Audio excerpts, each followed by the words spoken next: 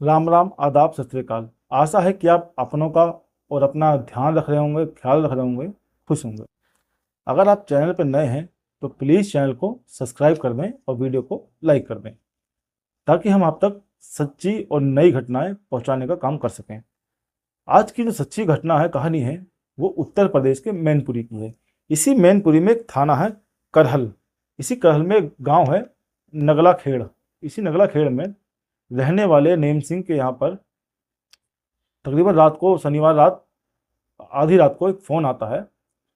Phone आता है तो उनको बताया जाता है कि जो आपकी बेटी है पिंकी, उसने आत्महत्या कर ली है। इतनी बात सुनकर नेम सिंह के पैरों तले ज़मीन खिसक जाती है, वो रोने लगते हैं। उनके रोने की आवाज़ सुन के और परिवार वाले उठ के बैठ जाते हैं, पूछते हैं कि क्या हुआ। तो बताते हैं कि फ़ोन का जो है वो पिंकी के ससुराल से आया है, और बता रहे हैं कि हमारी बेटी पिंकी ने आत्महत्या कर ली है। रात ज़्यादा हो गई थी, साधन कोई था नहीं।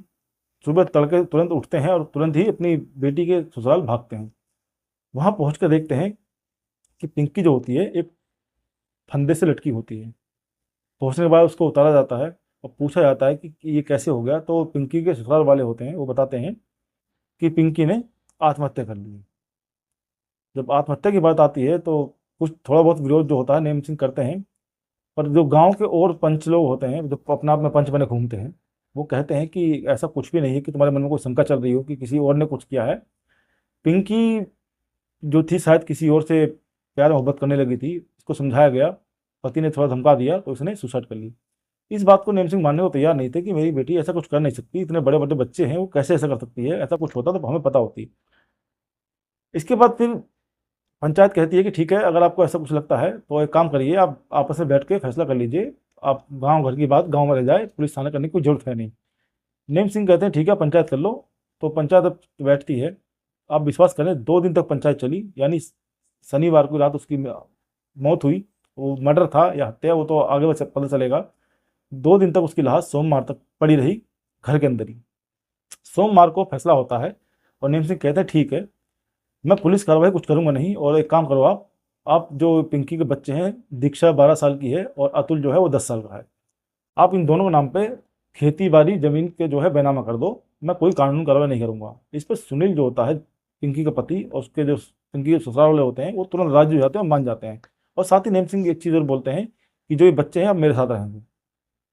तो इससे भी सुनील के घर वाले, सुनील राजी हो जाता है, तैयार हो जाता है, सब कुछ हो जाता है। दोपहर के 2 बज जाते हैं सोमवार को। और इसके बाद अब पिंकी की जो चिता होती है उसकी जलाने की तैयारी होती है। मुख अग्नि दी जाती है, चिता में आग लगा दी जाती है। तभी जो पिंकी की बेटी बड़ी होती है दीक्षा, वो अपने ननिहाल वालों से बताती है कि नाना, जो मम्मी है उन्होंने आत्महत्या नहीं की है, उसको पापा ने और अपने 2 दोस्तों के साथ मिलकर उसको मारा और उसके बाद उसको फांसी पर लटका दिया। अब जैसी ही खबर पिंकी के मायके वाले को लगती है, वो तुरंत आनंद फानन में पानी से और मिट्टी से उस चिता को बुझा देते हैं और तुरंत पुलिस को सूचना देते हैं। जैसे ही इस मामले की सूचना पुलिस को मिलती है, पुलिस आनंद फानन में फोर्स लेके मौका घटनास्थल पे पहुंच जाती है। अब इसके बाद वो देखते हैं कि जो पिंकी की लाश होती है, चिता होती है, वो आधी जल चुकी होती है और उस चिता पे से उसको हटाया जाता है और पूरी घटना की बात पूछी जाती है। हाँ, पिंकी के पिता अब पुलिस वालों को बताते हैं कि साहब, मैं इसी मैनपुरी के, एक थाना है बरनहल, उस गांव का है नगला खेड़ा, इसी गांव का रहने वाला हूँ। मेरी बेटी की शादी इस गांव के सुनील के साथ हुई थी 2007 में। दोनों की शादी ठीक ठाक हुई थी, दोनों परिवार की रजामंदी से हुई थी और दोनों परिवार ठीक ठाक चल रहे थे। पर 2024 की शुरुआत से मेरी बेटी कई बार बताती है कि सुनील जो होता है वो दारू पी के नशे में मारपीट करता है और इसका शायद किसी और लड़की से, मतलब महिला से चक्कर है।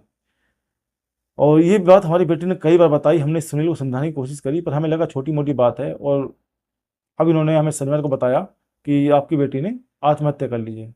शुरू शुरू में हमें भी लगा कि हो सकता है किसी बात को लेकर परेशान हो या कुछ बात हो गई हो तो उन्होंने सुसाइड कर ली हो। पर जब हमने चिता को आग लगा दी तो इतने में ही जो पिंकी की बड़ी बेटी है दीक्षा, वो बताने लगी कि नाना, जो मम्मी को ने आत्महत्या नहीं की, मम्मी को तो पापा ने अपने 2 दोस्तों के साथ मिलकर मार दिया। अब इतनी बात पुलिस सुनती है तो सबसे पहले उस लाश को पोस्टमार्टम के लिए भेज देती है, और भेजने के बाद तुरंत ही सुनील को अपने हिरासत में ले लेती है, कस्टडी में ले लेती है। और साथ ही घर वालों को एक हिदायत दी जाती है कि जब तक इसकी पोस्टमार्टम रिपोर्ट नहीं आएगी, कोई यहाँ से कहीं जाएगा नहीं, वरना सबको कस्टडी में ले लेंगे।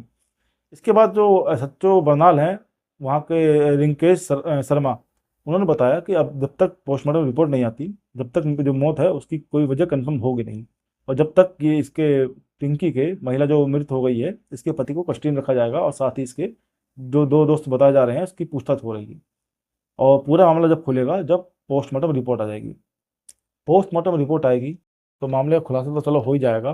पर आप सोचिए कि एक पिता जिसकी बेटी फांसी के फंदे में लटकी है, उसकी लाश पड़ी है और वो पंचायत में व्यस्त हो, मगर मान लीजिए उसकी बेटी दीक्षा सही समय पर ना बताती और पिंकी की जो चिता है वो जल चुकी होती, तो शायद इस लाश पे इस हत्या है या कुछ है तो पोस्टमार्टम बाद पता चल जाएगा, इससे कभी पर्दा ही नहीं उठता।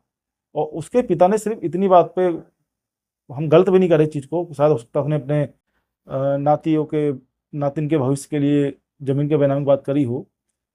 बस फिर भी सोचिए आप कि ऐसी कोई घटना अगर हो गई है तो सबसे पहले आदमी को तसल्ली होनी चाहिए, पूरी बात छानबीन कर लेनी चाहिए। और आपको पता है कि कोई फांसी लगाता है या कोई अननेचुरल मौत होती है तो सबसे पहले इसको पोस्टमार्टम बहुत जरूरी होता है, और वो पोस्टमार्टम ना कराकर 2 दिन तक उसकी लाश को वहीं रख के वो अपनी पंचायत में व्यस्त थे। सुनील फिलहाल जो है वो कब्जे में है पुलिस के। सुनील से सकता है से पूछताछ हो रही है, हो सकता है कि आजकल में इसका पूरा मामला खुल जाए तो मैं आगे की जो घटना होगी या जो खुलासा होगा वो आगे वीडियो में आपको बताऊंगा। और साथ ही उन 2 लड़कों की तलाश की जा रही है, इस सुनील के दोस्तों की, जो पिंकी की बेटी ने बताया है। और साथ ही इनके ससुराल वालों के ऊपर भी सख्ती बरती जा रही है कि पुलिस को लगता है अगर ऐसा कुछ हुआ है तो बिना पूरे घर की रजामंदी कुछ हुआ नहीं है। जो भी इसमें अपडेट होगा वो आपको मैं कल या आज या कल में या परसों तक में इसका अपडेट आ जाएगा, तो उसका अपडेट आपको दूंगा। आप अपना ख्याल रखिए, अपने परिवार का ध्यान रखिए, प्लीज़ चैनल को सब्सक्राइब कीजिए।